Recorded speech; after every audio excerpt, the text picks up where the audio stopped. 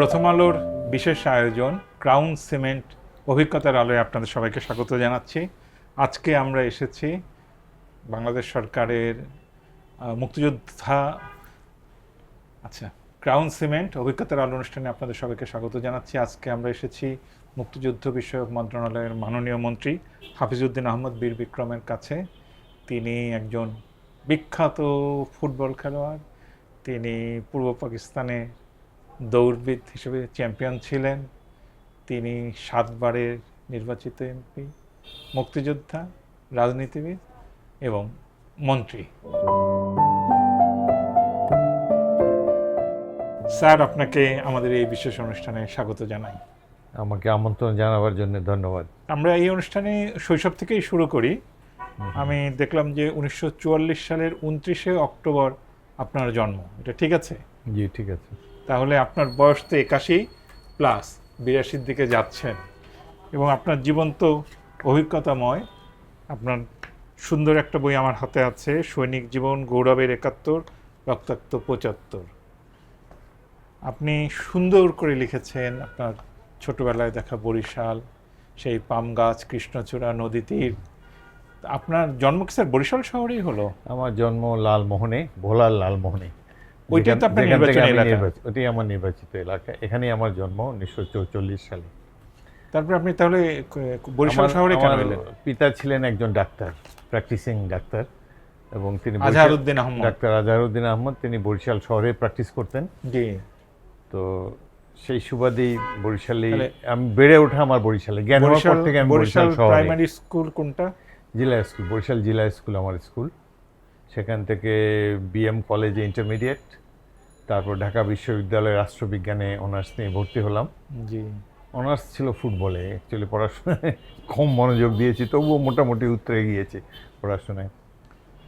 আপনি ঢাকা বিশ্ববিদ্যালয়ে ভর্তি হলেন কত সালে? 1961 সালে। 61। অনার্স করি 1964 সালে, মাস্টার্স 1965 সালে।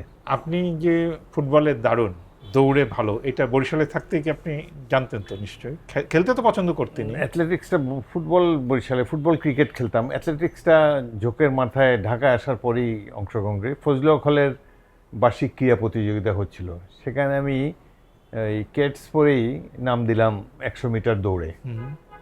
তো সেখানে প্রথম হওয়ার পর মাঠে ছিলেন বিশ্ববিদ্যালয়ের অ্যাথলেটিক্স কোচ আমেরিকান ওটিস কপি। তিনি আমাকে বললেন আমি নাকি পূর্ব পাকিস্তানের রেকর্ড ভঙ্গ করেছি। ও, টাইম দেখে দেখা গেল, টাইম দেখে বলল।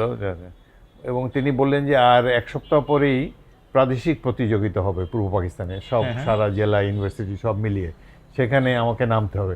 আমি বললাম আমি তো অ্যাথলেট না, আমি ফুটবলার, আমার রানিং শু পর্যন্ত নাই। উনি বললেন তোমাকে এখনই চলো। ওনার জিপে তুলে স্টেডিয়ামে নিয়ে গেলেন। সেখানে একটা দোকান থেকে রানিং শু কিনে দিলেন। সেটা পরে 1 সপ্তাহ পরে প্রাদেশিক প্রতিযোগিতায় অংশগ্রহণ করলাম এবং 100-200 মিটার দৌড়ে প্রথম হওয়ার সৌভাগ্য অর্জন করেছিলাম।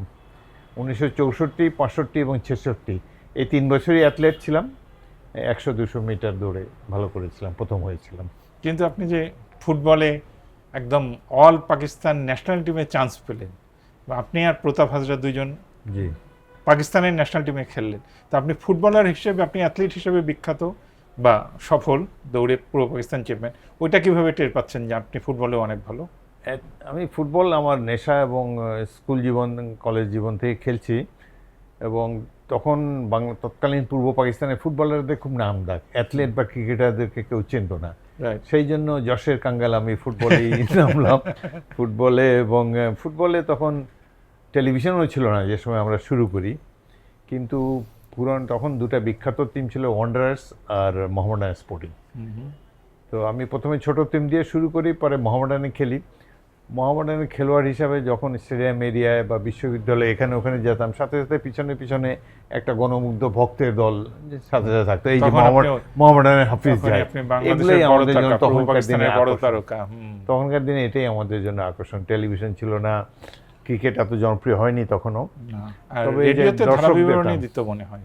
সরি, রেডিওতে খেলার ধারাবিবরণী দিত, টেলিভিশন ছিল না। রেডিওতে আব্দুল হামিদ আর মঞ্জুর হাসান মিন্টু ভাই তারা ধারা বিবরণী দিতেন। তবে আর্মিতে যাওয়ার আগে আমি মোহামেডান স্পোর্টিং ক্লাবে খেলেছি এবং জাতীয় দলেও খেলেছি আর্মিতে যাওয়ার আগেই। আর জাতীয় দলে প্রথম সুযোগ পাই 1967 সালে।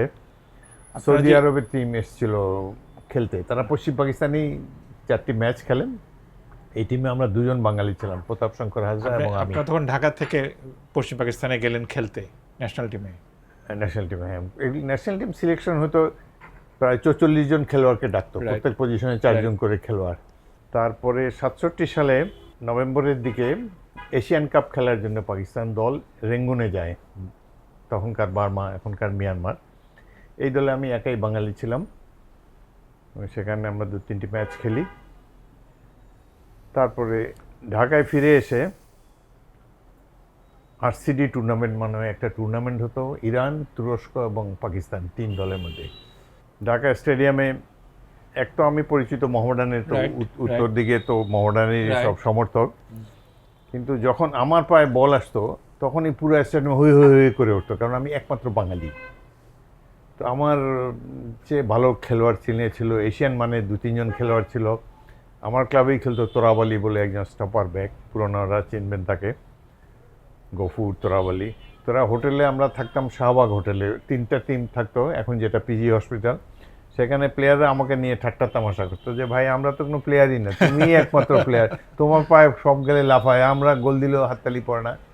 এটা কারণ হলো যে তখন ওই যে পূর্ব পাকিস্তান পশ্চিম পাকিস্তানের মধ্যে একটা মানসিক দৌরত্ব হয়ে গিয়েছিল, বাঙালি অবাঙালি, সেটারই প্রতিফলন ছিল এই খেলার মাঠে। তারপরে আপনি আর্মিতে গেলেন, এটা 68 আর্মিতে সালে। গেলাম 68 সালে মার্চ মাসে, এবং ওই বছরই নভেম্বরে কমিশন পেলাম ইস্ট বেঙ্গল রেজিমেন্টে। সেখানেই প্রথম দেখলাম মেজর জিয়াউর রহমানকে, তিনি আমাদের একজন ইনস্ট্রাক্টর ছিলেন।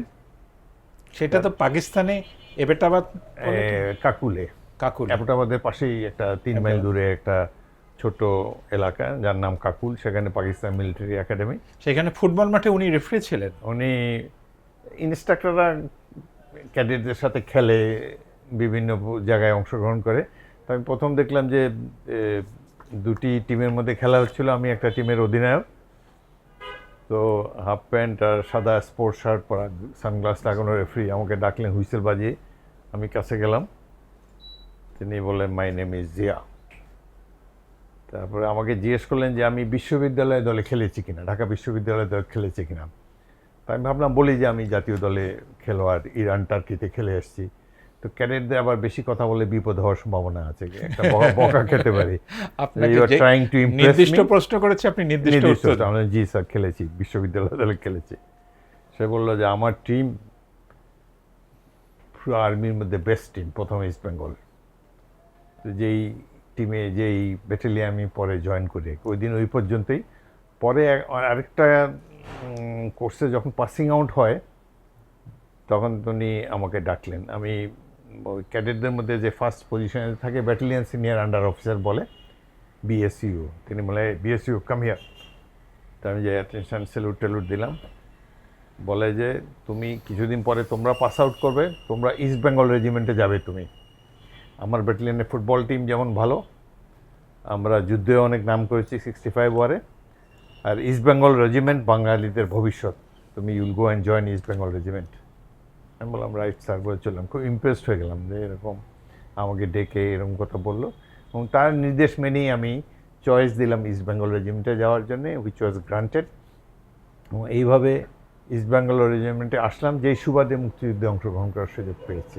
এই হলো আর্মির, পাকিস্তান আর্মিতে ইতিবৃত্ত। 1971 সালের মার্চ মাসে আপনার পোস্টিং ছিল যশোরে। জি। তারপর আপনার বই আপনি লিখেছেন যে 25শে মার্চের আগে আগে আপনাদেরকে সীমান্তে পাঠিয়ে দেওয়া হলো। জি। ফলে 25শে মার্চে কী হলো, 26শে মার্চ, 27শে মার্চ, এগুলি আপনারা জানতেন না। কিছুই জানতাম না।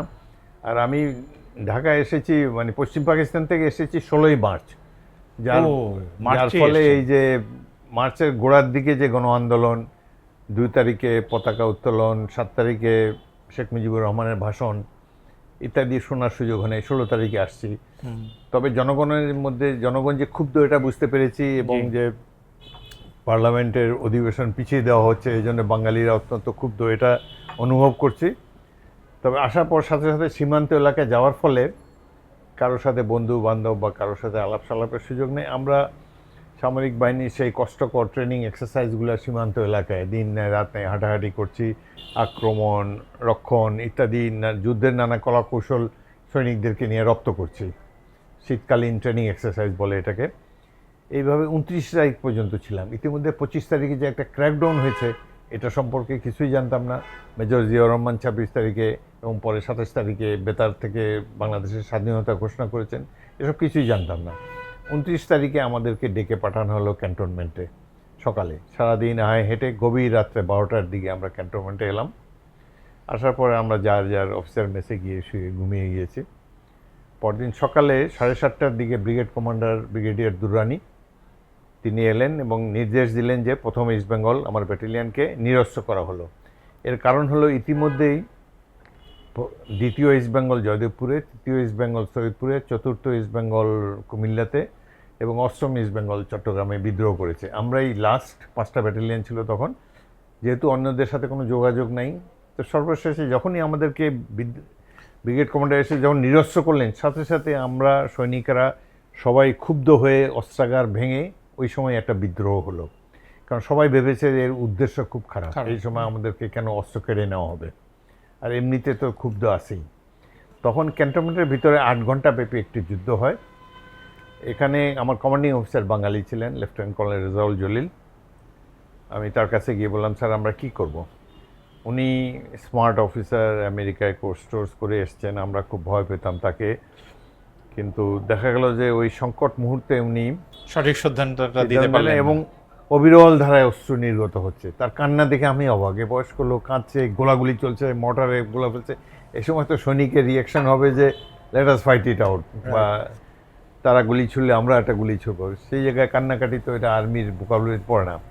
তো যখন দেখলাম যে উনি কিছু করছেন না, পরে আমি বাইরে আসার পর সৈনিকেরা আমাকে বললো, স্যার একজন অফিসার তো দরকার, আমরা বিদ্রোহ করেছি, আপনি আমাদের নেতৃত্ব দেন। আমি বললাম যে কমান্ডিং অফিসার বাঙালি, তার কাছে যান। বলে ওনাকে বলেছিলাম, কিন্তু ওনার বয়স হয়েছে, বিদ্রোহ করা তার পক্ষে সম্ভব নয়। তো তারপরেই আমি সিনিয়র, 2.5 বছর চাকরি। তাই বললাম ঠিক আছে আমি আসি।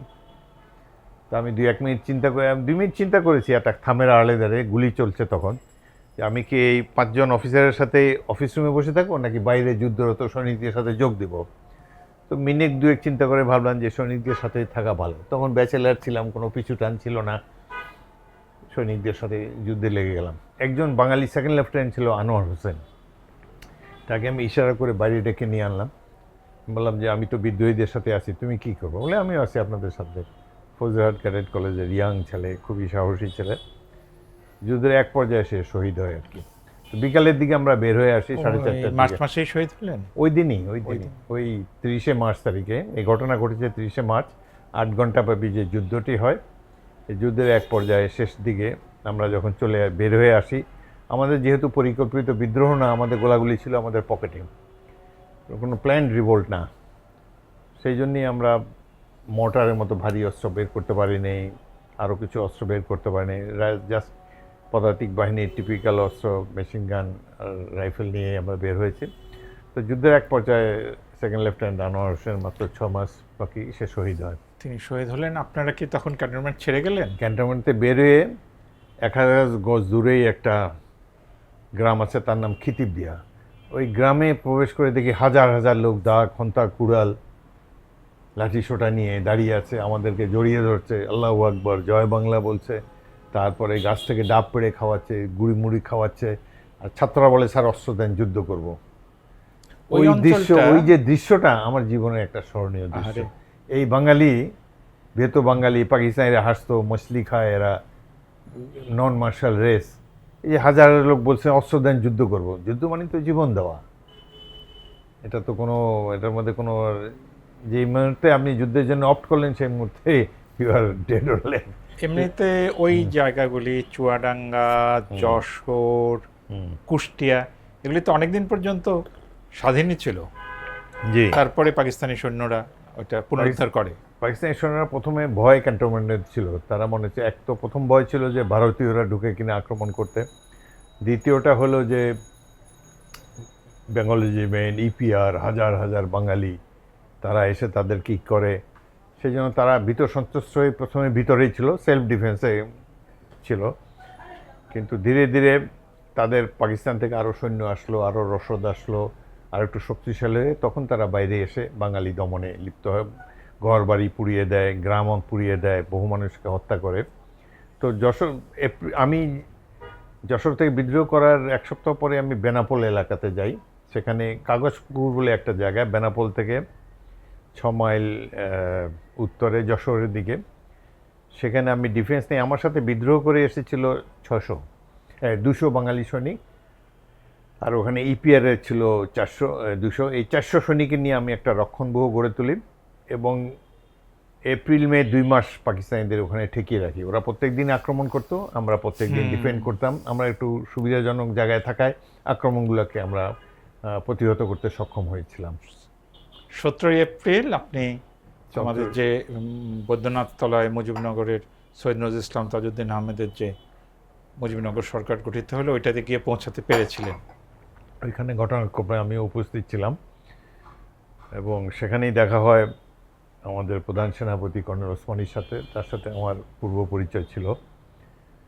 আর সারা বাংলাদেশ থেকে যে এমপিএ, প্রাদেশিক পরিষদ এবং জাতীয় পরিষদের সদস্যরা, তার মধ্যে অনেক আমার সহপাঠী বন্ধুবান্ধবও ছিল, বিশ্ববিদ্যালয় জীবনে বন্ধুরা, তাদের সাথেও দেখা হলো এবং সেখানেই বাংলাদেশ সরকার গঠিত হলো।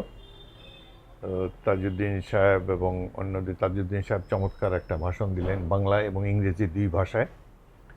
আমরা মঞ্চের পাশেই একটা চেয়ারে আমরা 4 জন বসেছিলাম। তো সেই দৃশ্য এখনও চোখে ভাসে। জায়গাটা খুব সুন্দর ছিল, মেহেরপুরের আম্রকানন, তার কিছু দূরেই পলাশীতে বাংলাদেশের স্বাধীনতার সূর্য অস্তমিত হয়েছিল, আবার নতুন সূর্য উদিত হওয়ার দৃশ্য দেখতে পেলাম আরেক আম্রকাননে। এটা খুব একটা চমৎকার। এরপরে তো 9 মাসের মুক্তিযুদ্ধ, আপনাদের অনেকেই শহীদ হলেন, আহত হলেন, যুদ্ধ করলেন, বীর হলেন। তো বিস্তারিত বলতে গেলে তো অনেক টাইম লাগবে। আমরা কামালপুর যুদ্ধ নিয়ে একটু শুনি আপনার কাছে। কামালপুর যুদ্ধ হলো জুলাইয়ের 31 তারিখে মুক্তিযুদ্ধের সবচেয়ে ভয়াবহ আক্রমণ এবং বলতে গেলে একমাত্র প্রথাগত বা কনভেনশনাল অ্যাটাক। পাকিস্তানি আর্মিদের ওখানকার ডিফেন্সটা নাকি খুব স্ট্রং। পাকিস্তান আর্মি খুব স্ট্রং ছিল, সিমেন্টের বাংকার ছিল তাদের, সিমেন্টের বাংকার ছিল এবং বেলুচ রেজিমেন্টের একটা কোম্পানি প্লাস 150 মতো লোক ছিল। সেই জায়গায় 150-এরও বেশি তারা সৈনিক ছিল, আরও সৈনিকদেরকে নিয়ে। তাদের কামানের সাপোর্ট ছিল, ইচ্ছা করলেই তারা কামানেগুলো ফেলতে পারতো। এটাকে স্ট্রং পয়েন্ট বলে আর্মির পরিভাষায়।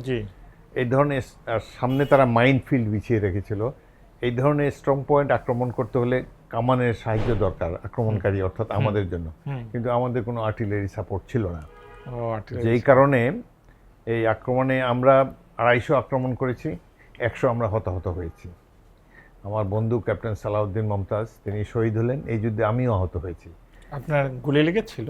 মর্টার এই কামানের গোলার স্প্লিন্টার শরীরে 8টা জায়গায় লেগেছিল। আর অলৌকিকভাবে ভেবেছি, এক পর্যায়ে যখন কামানেগুলো সাথে পড়ে আমি ডাইভ করলাম ইম্প্যাক্টে, হঠাৎ দেখি যে আমার হাতে যে সাবমেশিন গানটা ছিল ওটার বাটটা কেটে নিয়ে গেছে। অর্থাৎ 2 ইঞ্চি এদিকে থাকলে আমাকে দ্বিখণ্ডিত করতে পারতো, সেই একটা জিনিস। আর একটা মানে মেমোরি, আমরা যখন মাইনফিল্ডের মধ্যে দিয়ে যাচ্ছি তখন এই যে আধুনিক যুদ্ধ তো বেতার সেটের মাধ্যমে পরিচালিত হয়। আমার ওই বেতার সেটটা থাকে একজন সোলজারের পিছে, হ্যান্ডসেটটা আমার কাছে, কি অফিসারের কাছে থাকে হ্যান্ডসেট। তো আমরা দুজন একদম পাশাপাশি 6 ইঞ্চিও দূরত্ব নেই এবং গা ঘেসে ঘেসে যাচ্ছি। ও তার পিঠে সেট আর আমি কথা বলছি অন্য কমান্ডারদের সাথে। হঠাৎ দেখি ওই যে সেট যে ক্যারি করছে ওর নিচের থেকে অর্ধেক উড়ে গেল, ওই মাইনে পড়ে গেল। মানে 6 ইঞ্চি এদিকে থাকলে আমি ওটার মধ্যে পড়তাম, আমারও একই অবস্থা হতো। অলৌকিকভাবে আর কি, যার ভাগ্যে হায়াত আছে। এইভাবে আমরা এই কামালপুর ছিল জামালপুর জেলার সবচেয়ে উত্তরের একটা বর্ডার আউটপোস্ট। তার কিছুটা অংশ আমরা দখল করেছিলাম। 2 জন অফিসার, আমরা 2 কমান্ডার এই আক্রমণের নেতৃত্ব দিয়েছি। একজন শহীদ হলো, আমি আহত হলাম, যার ফলে আমাদেরকে পুল আউট করতে হলো।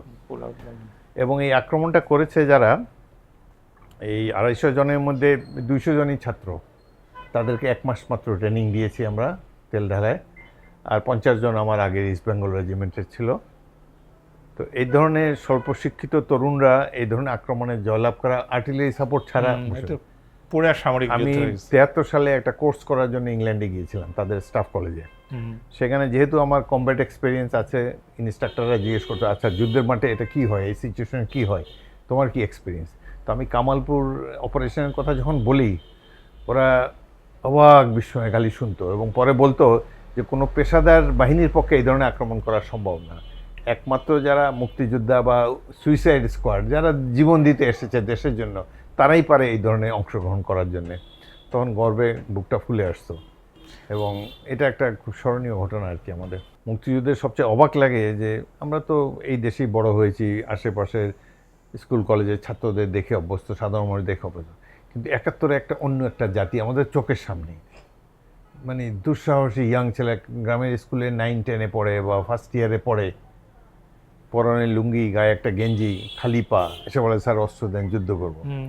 আমি একটা জায়গায় একটা ইউথ ক্যাম্পে আমার যে 600 রিক্রুট করতে হবে আমার ব্যাটালিয়নের জন্য, 600 ছাত্র রিক্রুট করতে গিয়েছি। ওইখানে মনে করেন যে 1000 ছেলে 1 মাস ধরে কুমড়া আর লাউ খাচ্ছে, পোকা গন্ধওয়ালা, মানে একবেলা খাচ্ছে, অপেক্ষা করছে, লেফট রাইট করছে যে কবে একটা অস্ত্র পাবে, কবে যুদ্ধ করবে। আমরা যখন ওখানে যাই বাঁচতাম, আর্মির জন্য আমি নিচ্ছি, সুতরাং আমার 5 ফিট 6 ইঞ্চি দরকার, একটু হাইট দরকার। তো অধিকাংশ তো বাঙালি অত হাইট হয় না। যখন এই 100 জনের মধ্যে থেকে যখন 20 জন নিলাম, বাকি 80 জন বাদ পড়ে গেল, তাদের কান্না, আমাদের কেন নেবেন না? এবং তারা কিছু কিছু শিক্ষিত ছেলে বলে যে আপনি তো রেগুলার আর্মির জন্য নিচ্ছেন না, আপনি তো মুক্তিযোদ্ধা বাছাই করছেন, আপনি হাইট দিয়ে আমাদেরকে মাপেন কেন? আপনি একটা বাঙ্কার দেন, একটা শত্রুর আমাদের হাতে গ্রেনেড দেন, আর শত্রুর বাঙ্কারটা দেখিয়ে দেন, যে বাঙ্কারে যে শত্রুগুলা এই গ্রেনেড ফেলে আসতে পারবে তাকে আপনি রিক্রুট করবেন। আমি দেখলাম কথা তো ঠিকই, যাও বুঝিয়ে শুনিয়ে বলে আমার রেগুলার আর্মি হাইট দরকার, বুঝিয়ে শুয়ে জিপের সামনে শুয়ে পড়তো যে না, আমাদের না নিয়ে যেতে পারবে না। আপনার জিয়াউর রহমানের সঙ্গে তো আপনি অনেক আগে, আমরা যখন ভোরে কাগজে কাজ করি তখন একটু বলছিলেন এই ব্যাটল ফিল্ডে জি, উনি আপনি পাশাপাশি, এটা কি সিলেটের দিকে নাকি? একটা ঘটনা হলো, জকিগঞ্জের গৌরীপুরে পাকিস্তান আর্মির 31 পাঞ্জাব রেজিমেন্ট আমাদের উপর আক্রমণ করে। আমরা এখানে ডিফেন্সে ছিলাম গৌরীপুরে। এই আক্রমণে ওদের 80 জন নিহত হয়, তাদের কমান্ডার মেজর সরোয়ার নিহত হয় এবং 32 জনকে আমরা জীবিত বন্দী করি, পাঞ্জাবি সোলজার। 4 ঘন্টা ব্যাপী যুদ্ধ হয়। এক পর্যায়ে দেখি মেজর জিয়াউর রহমান আমার ট্রেঞ্চের মধ্যে আসলেন আর কি, বসলেন। তো সে সময় মানে স্মরণীয় হলো যে তখন আমাদের ইন্ডিয়ানরা পার্টিসিপেট করেছে, আমাদের কামানে গোলা ফেলতে পারতাম আমরা, আবার কামানে গোলা ফেলে বেতার সেটে মেসেজ দিলে ওই ম্যাপ দেখে আমি যদি বলি 1 2 3 9 1 6, এটা বললে ওই আর্টিলারি অফিসার সে ম্যাপে দেখতে পারে, এই কথা মানেই একটা জায়গা সে লোকেট করতে পারে আমার এই ফিগার দেওয়ায়। তখন বলতে হয় যে শত্রুর উপরে ফায়ার করো, 1 রাউন্ড গান ফায়ার। তো এই যুদ্ধে যখন বলতেছি, আমার পাশে এ কোম্পানি, আমাদের একটা কোম্পানি, তার কমান্ডার ছিল ক্যাপ্টেন মাহবুবুর রহমান।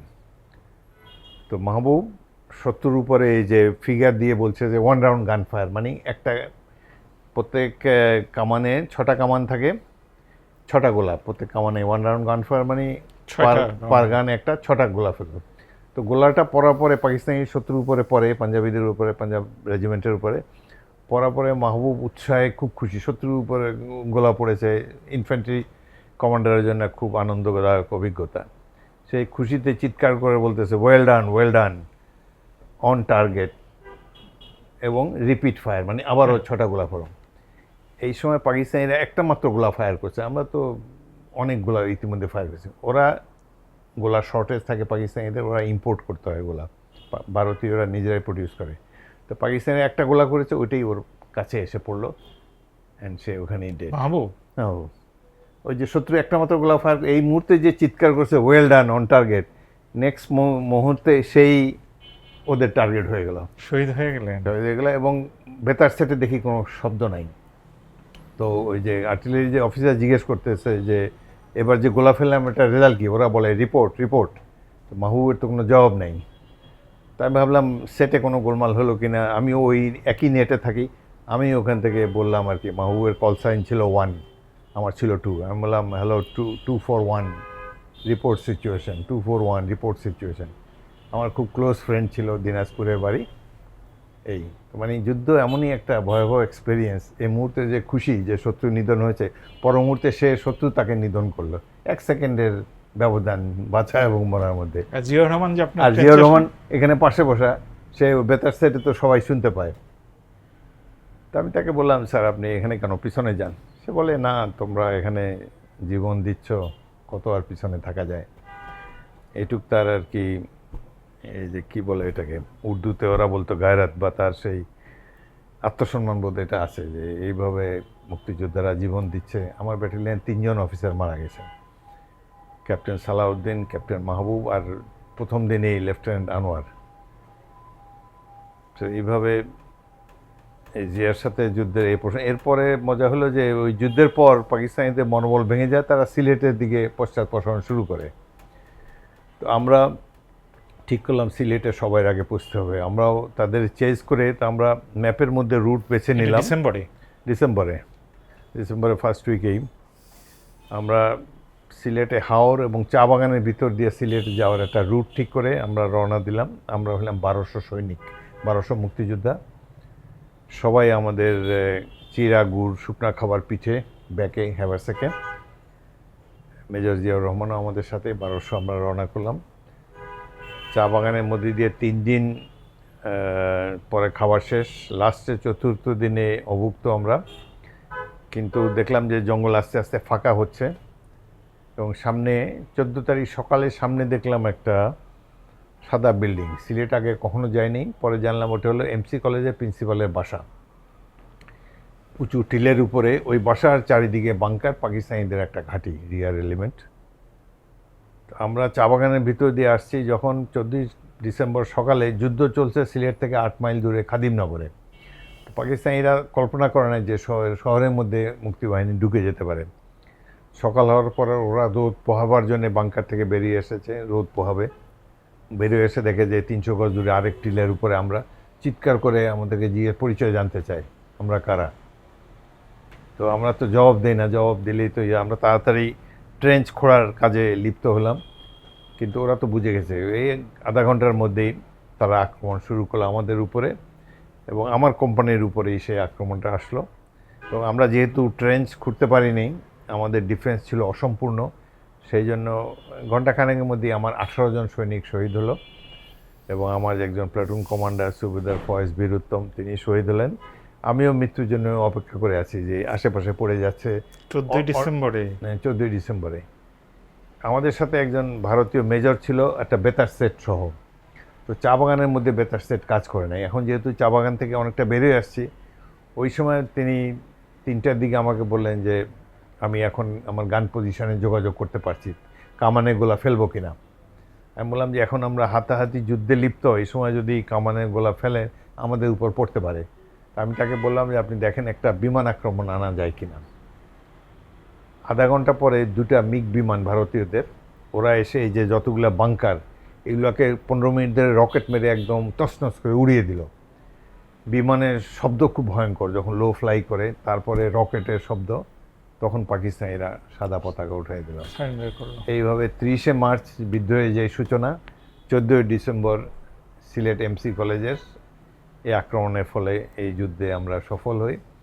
এবং বাংলাদেশে তখন 18টা জেলা ছিল, একটা মাত্র জেলা মুক্তিবাহিনী একক প্রচেষ্টায় দখল করছে, সেটা হলো সিলেট জেলা। এবং এই আক্রমণে আমি নেতৃত্ব দিয়েছিলাম। আমাকে জিয়াউর রহমান এই আক্রমণের জন্য বীর শ্রেষ্ঠ খেতাবের জন্য রিকমেন্ড করেছিল। এই হলো। তারপরে আপনাকে বীরশ্রেষ্ঠ খেতাব যে দিল না, বীরুত্তম তো দিতে পারতো। এইটার স্টোরিটা এবার যে ওইটা যে এবার যে এডিশন হবে ওটাতে বলেছি। এটা হলো কি, মানে লজ্জাস্কর, মানে সরকার একটা কমিটি করে দিয়েছে 72 সালে। হ্যাঁ, অধিকাংশই তাদের সেক্টর কমান্ডার এবং সিনিয়র অফিসার, সিনিয়রিটি বেশি, একটা কমিটি করে দিয়েছে, তারা সাহসী সৈনিকদের বাঁচবে। তারা প্রথম কাজটা করলো, তারা নিজেরা, এই কমিটি সবাই নিজেরা বীরুত্তম নিয়ে নিল। অথচ তারা ইন্ডিয়াতে ছিল, কোনো দিন বর্ডার ক্রস করে নেই, কোনো দিন একটা শত্রু সৈন্য দেখে নেই, যুদ্ধ কি বিভীষিকা এটা কল্পনাও করতে পারবে না তারা। তারা সিনিয়র অফিসার হিসাবে সেক্টর কমান্ডার ছিল বা সিনিয়র কমান্ডার ছিল, ব্রিগেড কমান্ডার ছিল, এইভাবে তারা প্রথমে নিল। আমার টার্ন যখন ওখানে আসলো তখন এদের মধ্যেই কমিটির একজন বললো, হাফিজকে তো বীর উত্তম দেওয়া হয়েছে। এটা বলার ফলে তখন আর আমাকে দেয় না। জিয়া রহমান ওই যে আমাকে বীর শ্রেষ্ঠর জন্য রিকমেন্ড করেছে, তো এই কেসে 99.9 কেসে বীর উত্তম দেয় আর কি। কিন্তু আমাকে বললো যে অফিসারকে আগেই দেওয়া হয়েছে, এবং সে লিখেও দিয়েছে, অফিসার অলরেডি অ্যাওয়ার্ডে বিইউ, বীর উত্তম। তাহলে বীর বিক্রম হয়ে গেলেন কি? আচ্ছা, এটা হলো, এটা বলেনি, এটা আমি আগে জানতামও না এই ঘটনা, এই যে একজন লিখেছে যে অফিসার অলরেডি অ্যাওয়ার্ডে বীর উত্তম।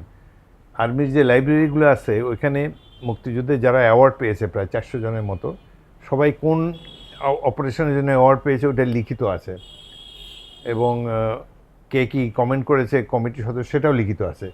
তো একজন দেখে এসে বললো যে তোমাকে তো বিইউ লেখা হয়েছে, বিইউ দেওয়া হয়েছে বলে এটা বইয়ের মধ্যে আছে। সে পড়ে এসে আমাকে দিয়েছে, এবং সে ওটা ছবিও নিয়ে আসছে। তো ছবি দেখলাম যে সত্যি এটা হলো 4-5 বছর আগের ঘটনা, আগে জানতে পারিনি। আর যে বিবি দিয়েছে এটা যুদ্ধের সময় দিয়েছে, আমরা যুদ্ধের সময় 6 জনকে বীর বিক্রম দিয়েছিল, তখন দেশ স্বাধীন হয়নি। তো ওই সময় পেয়েছি, ওই সময় অত মাথা ঘামাই নেই, বাঁচি মরি ঠিক নাই। এবং পরবর্তীতে পরবর্তীতে এইটা লিখিত আছে কিন্তু আপনাকে ঘোষিত হয় না। বাট এটা আমি জানতামও না। জানলে তো যখন চাকরিরত অবস্থায় জানলে তো তখন জিয়াকে বললেই হতো, জিয়া সেনাপ্রধান হয়েছিল পরে। এইভাবে আর কি আমার এইরকম আছে। আমার মিসফরচুনে একটা দুইটা না, যুদ্ধের সময় আমি তো যশোর ক্যান্টনমেন্টে একমাত্র বিদ্রোহী, আর কেউ ছিল না। আমি একা অফিসার বিদ্রোহ করেছি সৈনিকদেরকে নিয়ে, 9 মাস যুদ্ধ করলাম, যুদ্ধে আহত হলাম, একটা ছোটোখাটো গ্যালান্টি অ্যাওয়ার্ডও পেলাম। আবার ফুটবল খেলা শুরু করলাম দেশ স্বাধীন হওয়ার পর। প্রথম 2 ম্যাচে 7 গোল দিলাম, তখন মানে মোহামেডানের হয়ে 2 ম্যাচে। তারপরে বাংলাদেশ, প্রথম স্বাধীন বাংলাদেশের টিম মালয়েশিয়াতে গেল আমাকে বাদ। কারণ আপনি মোহামেডান না, মোহামেডান আমার হলো, আমার ফাদার পাকিস্তানি আমলে জাতীয় পরিষদ সদস্য ছিলেন, ডাক্তার হয়েও। 73 সালে উনি শেখ মুজিবের বিরুদ্ধে দাঁড়িয়েছিলেন ভোলাতে, আমার এই আসনে। উনি আগের 2বার এখান থেকে এমপি, আগের 3বারের এমপি। তো ভোলার থেকে শেখ সাহেব ঢাকায় 4টে আসন, আর ওই ভোলার ওই আসন 5টা আসনে দাঁড়ালেন। এবং যেদিন মনোনয়নপত্র জমা দিতে হয় তার আগের দিন তাকে হাইজ্যাক করে নিয়ে গেল আওয়ামী লীগের সন্ত্রাসীরা, পরের দিন আবার দিয়ে গেল। তখন একদিনই জমা দেওয়া যেত, এবং সাব ডিভিশন হেডকোয়ার্টারে গিয়ে জমা দিতে হতো। এই যে আমার ফাদার জাসদ থেকে দাঁড়িয়েছে, এইটাই বড় অপরাধ। তার সময় এই ঘটনা যখন ঘটে আমি তখন ট্রেনিংয়ে ইংল্যান্ডে, তারপরও আমি, ওই জন্য আপনাকে ফুটবল টিমে দিল না? ফুটবল দিলই না, অথচ তো আমি ফর্মে আছি, ডাবল হ্যাট্রিক করছি প্রথম ম্যাচেই। এগুলো আর কি। আর সে বাংলা অন্য দলে পাকিস্তানে না খেলতে পারলে না পারলো, যেই দেশ আমরা সৃষ্টি করলাম সেই দেশে যদি মানে একটা ফুটবল টিম খেলতে যাবে, প্রথম বাংলাদেশ টিম, আর লাস্ট টিম যেটা বাংলাদেশে, পাকিস্তান যে লাস্ট টিম খেলে তেহরানে, ওটাতে আমি ক্যাপ্টেন ছিলাম। লাস্ট ম্যাচ পাকিস্তান যেটা খেললো, 3 জন বাঙালি ছিলাম আমরা সেই টিমের। এগুলো বাংলাদেশ তো অনেক কিছুই ঠিক করতে পারে না, আমরা জাতি হিসেবে অনেক দুর্বল এবং পশ্চাৎপদ জাতি। তারপরে 75-এ 15ই আগস্টে চলে আসি জাম্প করে। জি জি।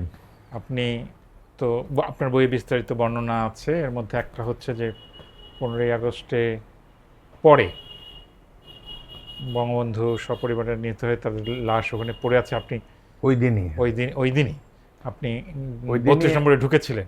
ওই দিনই, হ্যাঁ, আমাকে বঙ্গভবনে ডাকা হলো। আমি ঢাকা, তখন আর্মি খুব ছোট ছিল, 5টা ক্যান্টনমেন্টে 5টা ব্রিগেড মানে অ্যাবাউট 4000 সৈনিকের মতো। তো দুপুরবেলা আমাকে বঙ্গভবন থেকে সিজিএস ব্রিগেডিয়ার খালেদ বললেন যে তুমি আসো, এখানে বঙ্গভবন ডিফেন্সের জন্য সেনা মোতায়েন করতে হবে। তা আমাকে পরামর্শ করার জন্য যেতে বললেন। তো আমি যাওয়ার সময় ভাবলাম যে তো অবিশ্বাস্য যে এত বড় নেতা এইভাবে সত্যি হলো কি, আমি ভাবলাম একটু দেখে আসি। তো 32 নম্বরে গেলাম।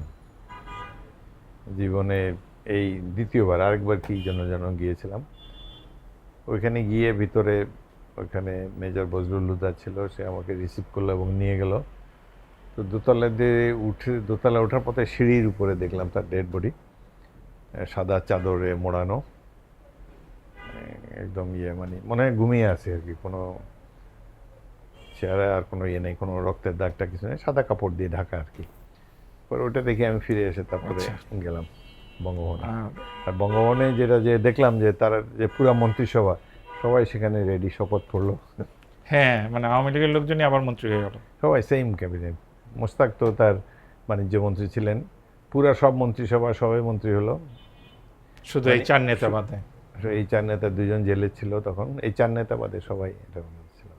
আর ওই 32 নম্বরে একজন সৈনিক, ওই যে উনি ছিলেন, আপনি বলতেছিলেন, উনি বল যে চাবি কাকে দিব, ও সেটা হলো 32 নম্বরের আগে আমি তো প্রেসিডেন্ট যে কোথায় থাকে তাও জানতাম না। আমি ভাবলাম যাওয়ার পথে ওই যে গণভবন পড়ে, তো ওইটাই তো প্রেসিডেন্টের জন্য বানিয়েছিল। তো আমি ভাবলাম যে ওইখানে আসে নাকি, থেকে ওইটার মধ্যে ঢুকলাম। প্রেসিডেন্ট যে 32 নম্বরে থাকে না 32 নম্বরে এত আমরা জানি না, আমরা জুনিয়র অফিসার, আর্মি আর ফুটবল নিয়ে আসি, কে কোথায় থাকে জানি না। তো ওখানে ঢুকলাম, ঢুকে পরে দেখি যে যশোরে আমার কোম্পানিরই একজন জুনিয়র কমিশন অফিসার বলে সুবেদার, সে ওখানে চাবির গোছা নিয়ে হাজি। সে ওই গণভবনের কন্ট্রোলার, এসব চাবি টাবি লজিস্টিকের অনেক কিছু অ্যাডমিনিস্ট্রেশনে তার দায়িত্ব আর কি। সে এই হত্যাকাণ্ডে মানে এত নার্ভাস হয়ে গেছে, আমাকে এসে খালি চাবি জমা দিতে চায় যে এগুলো আপনি বুঝে নেন আমার কাছ থেকে। আমি বলি কী জন্য? আমি বললাম এখানে কে কে আছে? বললো এখানে কেউ নাই, শুধু একজন brigadier, military secretary brigadier Mashrul Haq, খুব সিনিয়র অফিসার আমাদের, উনি বন্দি আছে। তো ওখানে ভিতরে গিয়ে দেখলাম যে মাটিতে বসে আছে গুটিসুটি আমাদেরই সিনিয়র অফিসার। তাকে যে আমি স্যালুট ট্যালুট করে তাকে সাহস দিলাম, তারপর একটা গাড়ি এনে তাকে পাঠিয়ে দিলাম। আর ওই সুবিধার আমার পিছনে, স্যার আমার চাবির কী হবে? আমি বললাম, আরে প্রেসিডেন্ট মারা গেছে, আপনি চাবির চিন্তায় আছেন, বাদ দেন এগুলো। আপনার ওই অফিসার, উনি তো কেউ নাই কিন্তু একা একা বসেছিল, আপনি বললেন কেউ নেই, আপনি এখানে বসে আছেন কেন? হ্যাঁ, বলে আমি তো বন্দি। আমি কে বন্দি? কোনো গার্ড নেই, কিছু নেই, কিসের বন্দি আপনি? আপনি বাসায় যাবেন? তো একটা গাড়ি এনে তাকে পাঠিয়ে দিলাম আর কি। আপনার রাজনীতিতে আসে, আপনি জাতীয় পার্টি থেকে নির্বাচন করেছেন প্রথমে আমি তো 1978 সালে প্রেসিডেন্ট জিয়া আমাকে ডাকলেন। এই আমরা যারা রিটায়ার হয়েছিলাম 75 সালে, আমাদের বেশ কয়েকজনকে উনি ডাকলেন। আচ্ছা, আপনাকে আর্মি থেকে বাধ্যতামূলক অবসর দেওয়া হয়েছে 76 সালের মার্চ মাসে। তো 76 সালের মার্চে দেওয়ার পরে আমরা যারা অধিকাংশ প্রায় সবাই মুক্তিযোদ্ধা ছিলাম, তো জিয়া আমাদেরকে ডাকলেন যে আমরা একটা পার্টি করছি, তোমরা এখান থেকে ইলেকশন করো। তো আমি বললাম যে আমি রাজনীতি করব না, আমি তখনও ফুটবল খেলি। আমি এখনও ফুটবল খেলি, আমার টাকা পয়সাও নাই, ইলেকশন রাজনীতি আমার ভালো লাগে না বলে আমি চলে আসলাম। আমার সাথে আরও 2জন গিয়েছিলেন। একজন হলো আমার স্ত্রীর বড় ভাই মেজর ইকবাল, আরেকজন হলেন বীর মুক্তিযোদ্ধা লেফটেন্যান্ট কর্নেল জাফর ইমাম। তারা 2জন গেলেন, তাদের 2জনকে জিয়া রহমান মন্ত্রী বানালেন। আমার তখন এই মোটা বুদ্ধির কারণে বুঝতে পারিনি যে প্রেসিডেন্টের আহ্বানে সাড়া দেওয়া উচিত ছিল। ওই জন্য আমি বলছি না, আমি পলিটিক্স করে উঠবো না। কয়েকদিন পরে দেখি যে জাফর ইমাম আর ইকবাল ফ্ল্যাগ লাগায় ঘুরতেছে, আর আমি হাফ প্যান্ট পরে স্টেডিয়ামে ফুটবল খেলতেছি। তারপরে আরও 10 বছর চলে গেল, আমার রাজনীতিতে কোনো আগ্রহ নেই। 86 সালে আমার সেনাবাহিনীতে যারা বন্ধুবান্ধব পরিচিত, তারা তখন ব্রিগেডিয়ার জেনারেলের পর্যায়ে, তারা বলে আমরা একটা পার্টি বানাচ্ছি, আর্মি বলে আমরা একটা পার্টি বানাচ্ছি, তুমি ইলেকশন করলে করো, তোমার বাবা তো এমপি ছিল। আমি বলে ঠিক আছে, রিটায়ার্ড মেজর ঘুরে বেড়াচ্ছি, যাই ইলেকশন করি। তো ইলেকশন করলাম, সহজেই জিতলাম। আব্বার যেটা কনস্টিটিউয়েন্সি ছিল সেটা জাতীয় পার্টির থেকে প্রথমবার করলাম। পার্টিটারি তখনও যোগ দেয় নেই বা পার্টি ছিল না, এটা হলো আর্মির একটা সিভিলিয়ান উইং ছিল এই জাতীয় পার্টি। ওইখান থেকে ওইটা টাকা পয়সাও আর্মি দিত, ইলেকশনও আর্মি ক্যাটার করতো, ওইটা আর কি, নাথিং পলিটিক্যাল অ্যাবাউট ইট। তো তখন তো মাঠে ছিল আওয়ামী লীগ আর জাতীয় পার্টি। আমি বললাম আমি রিটায়ার্ড আর্মির অফিসার, আর্মির পার্টিতে যাই, সেই হিসাবে ইলেকশন করলাম। সেই পার্লামেন্ট টিকলো 1 বছর। সব দল এটা অংশগ্রহণ করছে বিএনপি ছাড়া, আওয়ামী লীগ, জাতীয় পার্টি, প্রত্যেকটা দল। 1 বছরের পরে কী কারণ হলো, এটা ভেঙে গেল। তারপরে 88 সালে একটা নির্বাচন হলো, এটাতে কোনো দল অংশগ্রহণ করে নাই, ওইটা আবার 2 বছর টিকে গেছে। তারপরে ওই সাথে ওইটা 2 বছর টিকিয়ে রাখছে। তা আমি ওইটাও যে করলাম। প্রথমবার এমপি হয়ে আমি এর সাথে সাথে আগে দূর থেকে দেখছি, তেমন একটা পরিচয় ছিল না, চিনি, কোনো কথাবার্তা কোনোদিন বলি নেই। তো ইলেকশনের পরে আমি খালি এর সাথে দেখা করবো, এমপি হয়েছে একটা দলের চেয়ারম্যানের সাথে দেখা করার দরকার। উনি এই যে 3 বছরের মতো ছিলাম, কোনো দিনই আমার সাথে দেখা করে নাই, একটা অ্যাপয়েন্টমেন্টও দিত না। তার এমএসপি মেজর জেনারেল মঞ্জুর রশিদ খান আমাকে বললো যে আপনার সাথে দেখা করবে না। আমি বললাম তবু দেখি, চেষ্টা তো করতে হবে। এমপি প্রেসিডেন্টের সাথে দেখা করবো, কোনোদিন দেখাও করে নাই, এবং ওই এমপি হিসাবে রয়ে গেলাম। পরে আর কিছুদিন পরে যখন বুঝলাম যে আর দেখা করবে না, তার চেষ্টাও করে নেই। ভোলাতে একটা মিটিংয়ে গেল এরশাদ, আমরা 3 জন এমপি ছিলাম, বাকি 2 জন বক্তৃতা দিল, আমাকে বক্তৃতাও দিতে দেয় নাই।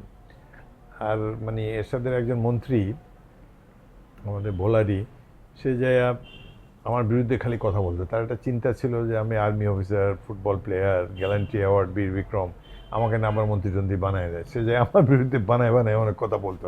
আর এসব এগুলো বিশ্বাস করে আমাকে দেখলে খুব রাগ হয়ে তাকাতো। আমি দেখলাম যে এই লোক আর পছন্দ করে না, আর ওদিকে যাইও নেই। পরে এরশাদের পতনের পর আমি ইন্ডিপেন্ডেন্ট দাঁড়ালাম। হ্যাঁ, 91 সালে আপনি 91 সালে ইন্ডিপেন্ডেন্ট দাঁড়ালাম। স্বতন্ত্র নির্বাচন করে জয়লাভ করলেন। 3 জন মাত্র, 300 আসনে মাত্র 3 জন জিতছে। তা আমি এদের মধ্যে হাইয়েস্ট ভোট পেয়েছিলাম। আমি এই যে এরশাদের সময়টায় অনেক উন্নয়ন কাজ করেছিলাম এখানে। আমাদের তো চর অঞ্চল, মানে রাস্তাঘাট ছিল না, ফুল কালভার্ট ছিল না। তা আমি এই যে তখন আর্মিও অনেক উন্নয়ন কাজ করতে পারতো এদের মাধ্যমে। তারপরে যারা মন্ত্রী ছিল তাদের মাধ্যমে অনেক উন্নয়ন কাজ করেছি। যেমন প্রথম বছরেই আমি 56টা ব্রিজ করেছিলাম, বড় বড় ব্রিজ, যার ফলে আগে আমার থানা সদরের 2 মাইলের বাইরে কোথাও যাওয়া যেত না। বাঁশের সাঁকো চতুর্দিকে এগুলো সব ব্রিজ করে দেওয়ায় আর পাকা রাস্তা করে দিয়েছে অনেক। আমার যেই উপজেলার সদর একটা গ্রামের মতো ছিল, বিদ্যুৎ ছিল না, ওখানে বিদ্যুৎ নিলাম, তারপরে অনেক রাস্তা করলাম, 5টা কলেজ করেছি আমার আব্বা আম্মার নামে আমার এই উপজেলায়। এসব করে মানে তাক লাগিয়ে দিয়েছে ওখানে লোকজনকে, দেখছে যে এত উন্নয়ন কাজ। তারপরে আবার 96 নির্বাচন করলেন।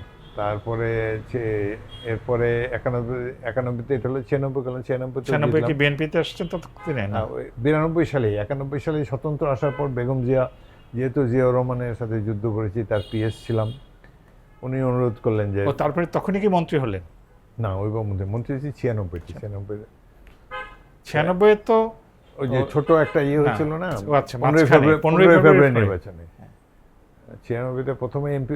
96-তে অ্যাকচুয়ালি আমাদেরই ভুল ছিল, আমরা 120টা আসন পেয়েছিলাম, আর কটা পেলেই হতো। ওইটার হলো যে 91-তে যারা মন্ত্রী ছিল সবাই হেরে গিয়েছে, এমপিরা আবার জিতে আসছে সবাই। সেইভাবে 96-তে আমরা জিতলাম, কিন্তু আওয়ামী লীগ কয়েকটা সিট বেশি পাওয়ায় আমরা বিরোধী দলে পড়লাম। তারপরে তো 15 ফেব্রুয়ারি নির্বাচন, ওটাও করলাম আমরা। ওটাতে বেগম জিয়া আমাকে মন্ত্রী করলেন, প্রতিমন্ত্রী করলেন। আমি এক নাগাড়ে সবগুলো ইলেকশনে জিতছি, খালি এই হাসিনার এই 3টা ছাড়া আর কি।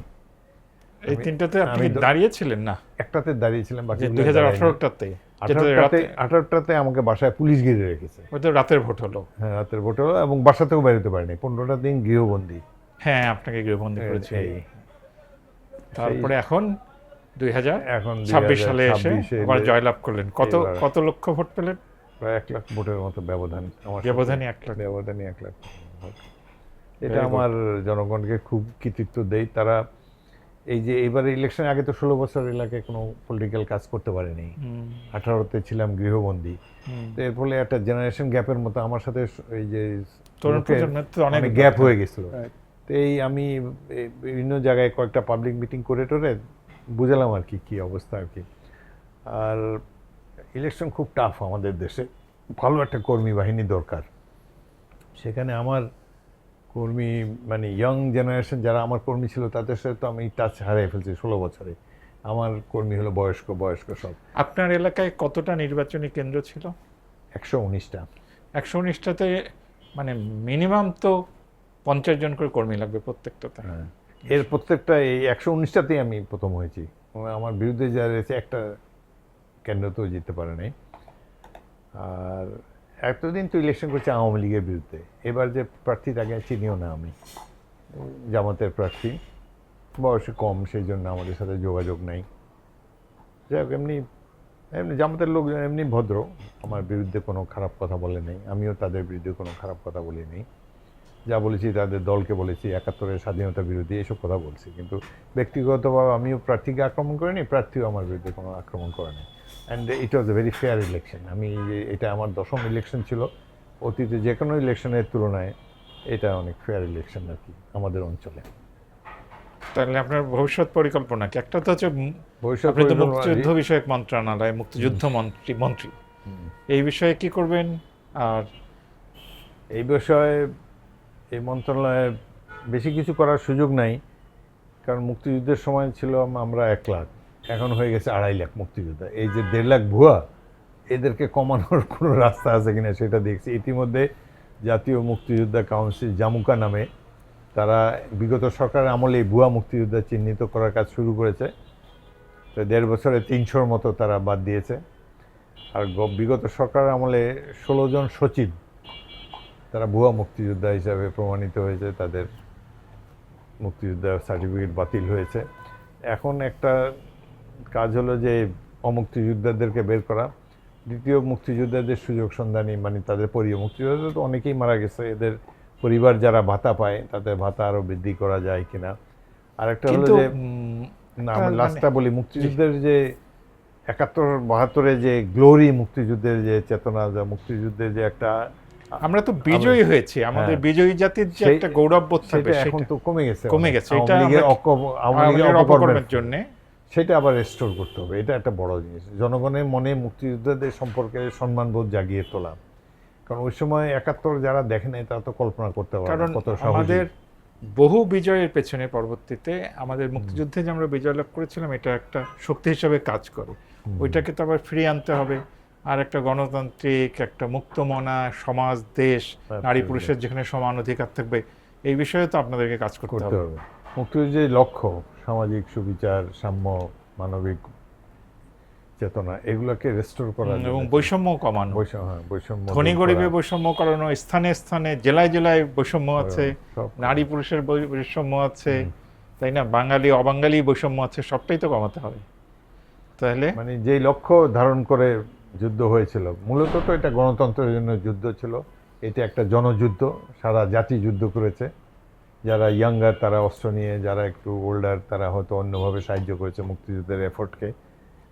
সেই চেতনা, সেই বিশেষ করে গণতন্ত্র না থাকলে যা হয়, ইলেকশনগুলো ফেয়ার হতে হবে। হাসিনার যদি 3টে ইলেকশন ফেয়ার হতো, তাকে এইভাবে দেশ ছেড়ে পালাতে হতো না, একদম না। একইভাবে আমরা এই গণতন্ত্র যাতে থাকে সেটা রাখতে হবে। তাহলে দেশ, গণতন্ত্র থাকলে দেশ আস্তে আস্তে উন্নতি করবেই। একদম এই ব্যাপারে আর কি। তো মুক্তিযুদ্ধ মন্ত্রণালয় যতদিন আসি চেষ্টা করব এখানে এই লেভেলে কিছু করা যায় কিনা। আর অনেক জায়গায় যেখানে যেখানে বাঙালি তো বীরের জাতি, আমরা এই যে সিলেটে যুদ্ধ করে সিলেট শহর দখল করলাম, সিলেটের লোকজনই জানে না, আমার দলের লোকেরাও জানে না। তাদেরকে বললাম যে এখানে আমরা যুদ্ধ করছি, তাদেরকে নিয়ে আমি এমসি কলেজে গেলাম, প্রিন্সিপালের বাসারই উপরে উঠেতে বললাম ওই টিলার উপর আমি ছিলাম, এখানে তাদের মেশিন গান ছিল। তারা অবাক হয়ে শুনে আমার কাছ থেকে। তো এগুলো যেই জায়গায় যুদ্ধ করেছে বীরের জাতি, এত আত্মদানের মাধ্যমে, এত রক্তের বিনিময়ে যে স্বাধীনতা আমরা অর্জন করেছি, জনগণকে জানাতে হবে, যাতে করে ভবিষ্যৎ প্রজন্ম এতে করে অনুপ্রাণিত হয়। এটা একটা কাজ মুক্তিযোদ্ধা মন্ত্রণালয়ের।